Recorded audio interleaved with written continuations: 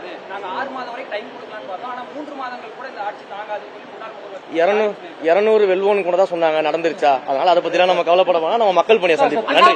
போன்ற விவகாரத்துல தாவேக அரசு திமுகவோட வருஷம் 2 நடந்துக்குதுன்னு சொல்றாங்க. எப்படி பாக்குறீங்க? அதாவது திருப்பரங்குன்றம் இஷ்யூவை பொறுத்த வரைக்கும் மிக தெளிவாக ஒரு விஷயத்தை நான் சொல்லிடுறேன். நான் இந்து சமய அறநிலைத்துறையின் அமைச்சராக இந்த துறையினுடைய அட்மினிஸ்ட்ரேஷன் என்னவோ அதை நான் பார்த்துக்கிட்டு இருக்கிறேன்.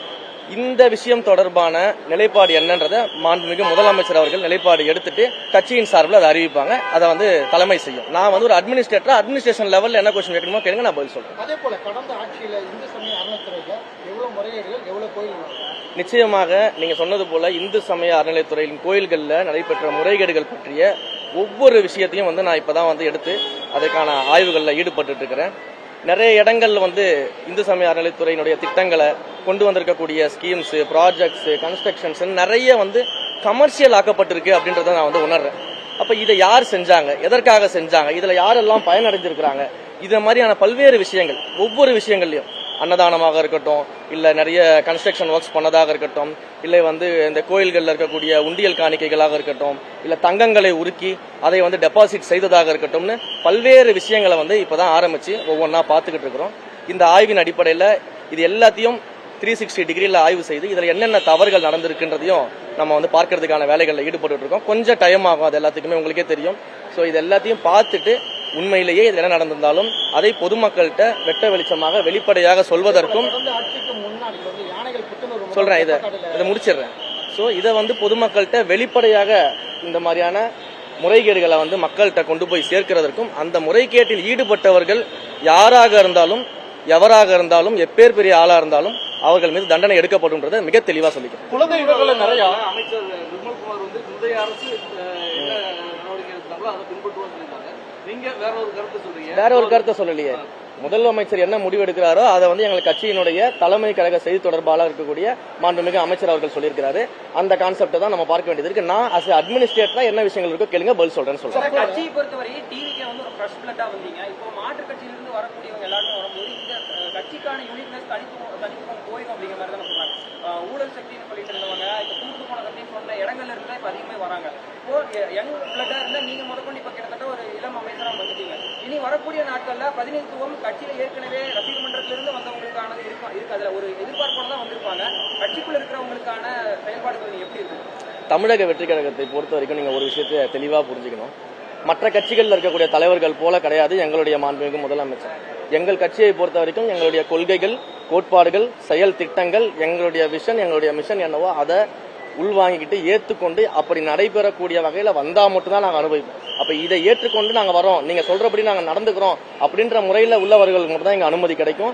இங்க பொறுத்த வரைக்கும் தமிழக வெற்றி கழகத்தை பொறுத்த வரைக்கும் நீங்க சொன்னது போல எந்த விதமான தவறுகளும் நடப்பதற்கு ஒரு காலமும் எங்களுடைய மாண்புமிகு முதலமைச்சர் தலைவர் தளபதி அவர்கள் அனுமதிக்க மாட்டாரு. அதை அவரே நேரடியாக கண்காணிப்பாரு அப்படின்றது எங்களுக்கு தெரியும். ஏன்னா ஒவ்வொரு இடங்களையும் எங்களுக்கே அவர் இன்ஸ்ட்ரக்ட் பண்றது அதுதான். இந்து சமய அறநிலைத்துறையில நிறைய தீர்ந்து போன சக்தி இல்ல, தீர்த்து கட்ட போற சக்தி அப்படின்னு சொல்லி தாவேக ஐடிவிக்கு ஏடிஎம்கே ஐடி ஒரு இது கொடுத்துருக்காங்க. நிலவரம் என்ன நடந்துட்டு இருக்குன்னு உங்களுக்கே தெரியும். நீங்க பத்திரிகையாளர்கள் பாக்குறீங்க, மக்கள் பாக்குறாங்க. இதுக்கு மேலேயே நான் பதில் சொல்லி தெரியணும். இந்து சமய அறநிலைத்துறையில அதிகப்படியா குலதெய்வங்களை எடுத்துக்கிறாங்க, அது தவிர்க்கப்படணும் மக்கள் நிறைய பேர் இல்ல. அதுதான் ஒவ்வொரு புகார்களுமே நம்ம வாங்கிட்டு இருக்கோம். நீங்க சொல்லக்கூடிய அந்த கிராம கோயில்கள் நடக்கக்கூடிய பிரச்சனைகள் எல்லா புகார்களையும் நம்ம வாங்கிட்டு இருக்கோம். ஒன்றொன்றா தானே ஆய்வு செய்து நம்ம அதுக்கான நடவடிக்கை எடுக்கணும். இப்பதானே ஆரம்பிச்சிருக்கிறோம். நிறைய கம்ப்ளைண்ட்ஸ் வந்த மேனிகள் தான் இருக்குது. அதை விசாரிக்கணும். தீர விசாரிச்சு 2 பார்ட்டி பக்கம் விசாரிச்சாதான் நமக்கு என்னன்னு தெரியும். அதற்கான ஆய்வு எல்லாம் மேற்கொள்ளும். கோயில் யானைகளுக்கு புத்துணர்வு முகாம் சொல்லி மேட்டுப்பாளையம் மாண்புமிகு தமிழ்நாடு முதலமைச்சர் அவர்களிடம் இந்த விஷயத்தை நான் சொல்லியிருந்தேன். கடந்த முறை டிபார்ட்மெண்ட் மீட்டிங் போகும்போது சார்ட்ட சொல்லியிருந்தேன். பல ஆண்டுகளாக இது நடக்காம இருக்குது. அதே போல நிறைய யானை பாகன்கள் இதை ரிக்வஸ்ட் பண்ணி கேட்கறாங்கன்னு சொல்லும்போது மாண்புமிகு தமிழ்நாடு முதலமைச்சர் அவர்கள் உடனடியாக அதற்கு என்ன நடவடிக்கை எடுக்கணுமோ எடுத்து அந்த யானைகளுக்கான புத்துணர்வு முகாமை நடத்துங்கன்னு சொல்லி உத்தரவு போட்டிருக்காரு. அதற்கான பணிகள் மேற்கொள்ளப்பட்டு அபிஷியலாக அறிவிக்கப்படும். திருச்செந்தூர்ல என்னென்ன முறைகேடுகளை கண்டுபிடிச்சீங்க சார்?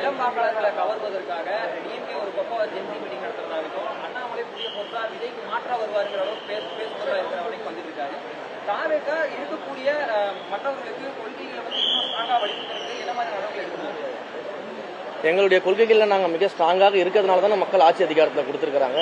இன்றைக்கு தந்தை பெரியார் அவர்களையும் அண்ணல் அம்பேத்கர் அவர்களையும், நிர்வாகத்தை தூய்மையாக நடத்திய ஐயா காமராஜர் அவர்களையும், வேலுநாச்சியார் அவர்களையும், அஞ்சலை அம்மாள் அவர்களையும் முன்னிறுத்தி இளைஞர்கள் கிட்ட கொண்டு போய் அவர்களுடைய கொள்கைகளை முன்னிறுத்தி தான் நாங்கள் வரோம்னு சொல்லி அதை ஏற்றுக்கொண்டு இன்றைக்கு மக்கள் எங்களுக்கு வாக்களித்து ஆட்சி கட்டிலில் அமர வச்சிருக்கிறாங்க. அந்த கொள்கையில மிக சரியாக நாங்கள் பயணம் பண்ணிட்டு இருக்கிறோம். இது மக்களுக்கும் தெரியும், இளைஞர்களுக்கும் தெரியும்.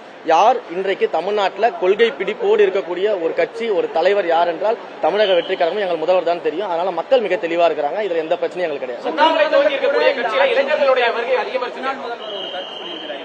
3 மாதங்கள் கூட இந்த ஆட்சி தாங்காது, நாங்க 6 மாதம் வரை டைம் கொடுக்கலாம்னு பார்த்தோம், ஆனா 3 மாதங்கள் கூட இந்த ஆட்சி தாங்காது சொல்லி முன்னாள் முதல்வர் 200 வெல்வோன்னு கூட தான் சொன்னாங்க, நடந்துருச்சா? அதனால அதை பத்தி நம்ம கவலைப்பட வேணாம். நம்ம மக்கள் பணியை சந்திப்போம். நன்றி. ஒவ்வொரு கோயில்கள் தொடருமா சார்? போன தடவை பண்ணியிருந்த போது அர்ச்சகர்களே அவமதித்தீர்கள், உள்ளூர்காரங்களை அவமதித்தீங்கன்னு சொல்லி முன்னாள் அமைச்சர் அனிதா ராதாகிருஷ்ணன் சொல்லியிருந்தாங்க. சர்ப்ரைஸ் இன்ஸ்பெக்ஷன் தொடருமா? கடுமையான நடவடிக்கைகள் தொடரும்? கண்டிப்பாக சர்ப்ரைஸ் இன்ஸ்பெக்ஷன் தொடரும். எல்லா கோயில்கள்லயும் ஆய்வு பண்ணுவேன். எந்த கோயில்ல யாரு தவறு செஞ்சிருந்தாலும் எந்த மத பாகுபாடும் பார்க்க மாட்டோம், சாதிய பாகுபாடும் பார்க்க மாட்டோம், பண பாகுபாடு பார்க்க மாட்டோம், பாலின பாகுபாடு பார்க்க மாட்டோம். யாரு தவறு செஞ்சிருந்தாலும், எப்பேற்பட்ட முக்கிய புள்ளிகள் தவறு செஞ்சிருந்தாலும் அதற்கான நடவடிக்கை எடுப்போம். இதையெல்லாம் வைத்து அரசியல் செய்வதுதான் திமுகவுடைய வழக்கமாக இருக்கிறது. தந்தை பெரியாரை பின்பற்றியவர்கள் இன்றைக்கு என்னை சாதி பெயரை சொல்லி கூப்பிடக்கூடிய அளவுக்கு வந்திருக்கிறாங்கன்னா எந்த அளவுக்கு அவங்க கொள்கையிலிருந்து நீர்த்து போய் தங்களை காப்பாற்றிக் கொள்வதற்காக பேசிக் கொண்டிருக்காங்க. இது ஒரு வெட்ட வெளிச்சமான உதாரணம். நிச்சயமாக நடவடிக்கைகள் தொடரும். கோயில்கள் தூய்மையாக்கப்படும்.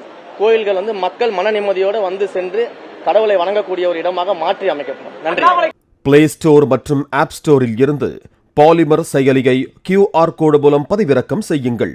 செய்திகளை உடனுக்குடன் பெறுங்கள்.